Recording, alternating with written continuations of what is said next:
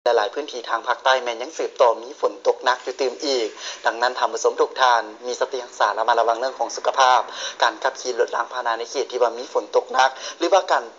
รเฝ้าระวังในเรื่องของสาขาในระดับน้ำต่างๆที่ว่าจะมี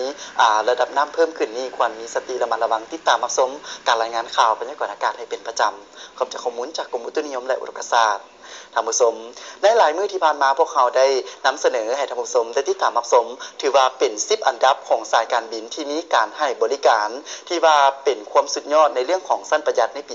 2014สำหรับมื้อนี้พวกเขาจึงนำเอา10อันดับของสนามบินที่ถือว่าเป็นการจัดอันดับในปี2014ที่ว่าสุดยอดและ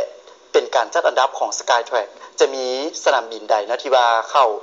ในท็อป10ดังกล่าวนี้มาติดตามรับชมพร้อมกัน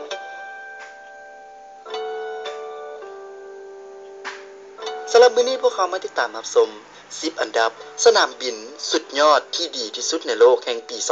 2014ซึ่งว่าเป็นการจัดอันดับจาก Skytrack ก่อนอื่นหมดพวกเขามารู้จักกับ Skytrack ซึ่งว่า Skytrack เป็นที่ปรึกษาและหน่วยงานทางด้านธุรกิจการบินที่ได้รับการยอมรับจากสากลและได้ประกาศผลการจัดอันดับสนามบินที่สุดยอดที่สุดในโลกหรือว่า Skytrack World Airport Award 2014โดยในปีนี้ได้เผยพวกเขาได้เห็น10อันดับของสนามบินถือว่ามีความสุดยอดที่สุดในโลกแห่งปี2014ที่ว่าได้มีการจัดอันดับโดย Skytrack มันจะเก็บผลสำรวจเพื่อนำมาจัดอันดับสนามบิน410แห่งในทั่วโลกจากลูกค้าหลายกว่า 12.85 ล้านคนที่มีความหลากหลายถึง110สัญชาติโดยระดับความพึงพอใจที่ถามและควบคุมประเด็นต่างๆเกือบ40ประเด็นยกตัวอย่างเช่นการบริการการช้อปปิ้งการรักษาความปลอดภัยและการเดินทางต่างๆและเพื่อบ่ให้เป็นการเสียเวลาเฮามาติดตามรับชมหน้า10อันดับของสนามบินที่มีความสุดยอดที่สุดแห่งปี2014ว่าจะมีหน้าตาเป็นขึ้นอะไรมาติดตามรับชมพร้อมกันมาเริ่มต้นจากอันดับที่10ของสนามบินที่มีความสุดยอดที่สุดในโลกประจำปี2014อันดับที่10ได้แก่ London's Heathrow Airport ซึ่งจำนวนผู้โดยสารต่อปีแม่นประมาณ 69.4 ล้านคนมีอย่างดีสนามบินนี้จึงติดอันดับท็อป10ดังกล่าวเฮามาฮู้จักพร้อมๆกันถึงแม้นว่าบริสจอนสันเป็นนายกรัฐมนตรีแห่งกรุงลอนดอนถึงแม้นว่าท่านยังกังวลแก่สนามบินฮีโธรแห่งนี้ในบางเรื่องและสนามบินแห่งนี้ยังเป็นสนามบินยอดนิยมที่ยังคงติดท็อป10อันดับที่พวกเขาจะนำเสนออยู่ในปี2011ฮีโธรได้เป็นสนามบินที่มีความหนาแน่นเป็นอันดับ3ของโลกและสนามบินดังกล่าวนี้แม้นได้ควยคว้าเอา2รางวัลได้แก่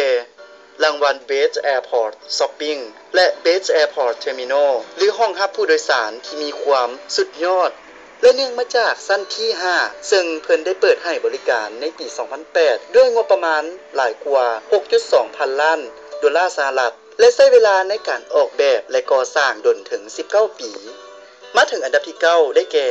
Vancouver International Airport จำนวนผู้โดยสารต่อปีแม่นประมาณ18ล้านคนถึงแม้ว่าจะเป็นสนามบินที่มีผู้โดยสารบางเบาที่สุดในลิสต์ Vancouver มันมีจุดเด่นในการนำเสนอสุดคอลเลกชันศิลปะพื้นเมืองขนาดใหญ่ผ่านการตกแต่งลักษณะทางภาพ Physical Evidence Vancouver เป็น Best Airport ในภูมิภาคอเมริกาเหนือใน4ปีซ้อนติดต่อกันโดยล่าสุดพวกเขาได้ใช้งบประมาณหลายกว่า 1.4 พันล้านดอลลาร์สหรัฐในการขยายธุรกิจนอกจากนี้มันยังติดท็อป10ของสนามบินในฝันของบรรดาพนักงานพวกเขายังมีอาสาสมัครที่เอิ้นว่า Green Card Ambassador เนื่องมาจากใส่เสื้อคลุมสีเขียวได้ช่วยเหลือผู้โดยสารและผู้ที่หลงทางหรือต้องการอยากได้ความช่วยเหลืออื่นๆในสนามบินนี้อีกด้วยมาถึงอันดับที่8ได้แก่ Zurich Airport ซึ่งสนามบินนี้มันมีจำนวนผู้โดยสารต่อปีประมาณ 24.8 ล้านคนและสนามบินนานาชาติที่ใหญ่ที่สุดในสวิตเซอร์แลนด์ได้ขยายและพัฒนาครั้งสำคัญเมื่อปี 2003 ด้วยห้องรับรองผู้โดยสารแห่งใหม่และรถไฟใต้ดินอัตโนมัติซึ่งได้เอิ้นกันว่า Sky Metro เพื่อขนส่งผู้โดยสารทั้งเข้าและออกสนามบินและสนามบินแห่งนี้แม่นห่างจากเมืองซูริคไปทางเหนือประมาณ7ไมล์ซึ่งสาเหตุประการสำคัญที่เฮ็ดให้ติดอันดับในท็อปลิสต์ก็มาจากระบบรักษาความปลอดภัยการอพยพในการเดินทางและการบริการเรื่องการรับประทานอาหารต่างๆ มาถึงอันดับที่7ได้แก่สนามบินบีจิงสนามบินบีจิง Capital International Airport ซึ่งจำนวนผู้โดยสารต่อปีประมาณ 78.7 ล้านคนและจำนวนผู้โดยสารที่มีอย่างหลงหลายถึง 78 ล้านคน Beijing Capital จึงกลายเป็นสนามบินที่มีผู้คนอย่างหลงหลายที่มาใช้บริการและหลายที่สุดในเอเชียและเป็นอันดับ2ของโลกซึ่งได้เป็นรองมาจาก Atlanta Hartsfield Jackson ของสหรัฐอเมริกาและนี่จึงเป็นเหตุผลที่ว่าได้เฮ็ดให้ปักกิ่ง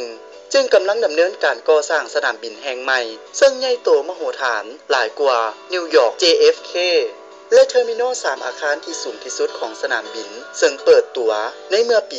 2008 ช่วงการแข่งขันโอลิมปิกเกมอยู่ในระดับที่ 8 ใน Best Airport Terminal และนอกจากนี้ Langham Prague Beijing มันยังอยู่ในอันดับของ List Best Airport Hotel และมาถึงอันดับที่ 6 ได้แก่โตเกียว International Airport หรือ Haneda Airport จำนวนผู้โดยสารต่อปีประมาณ 62.6 ล้านคนและสนามบินดังกล่าวนี้ตั้งแต่ห้องรับรองผู้โดยสารเปิดใหม่เป็นแห่งที่ 3 ในปี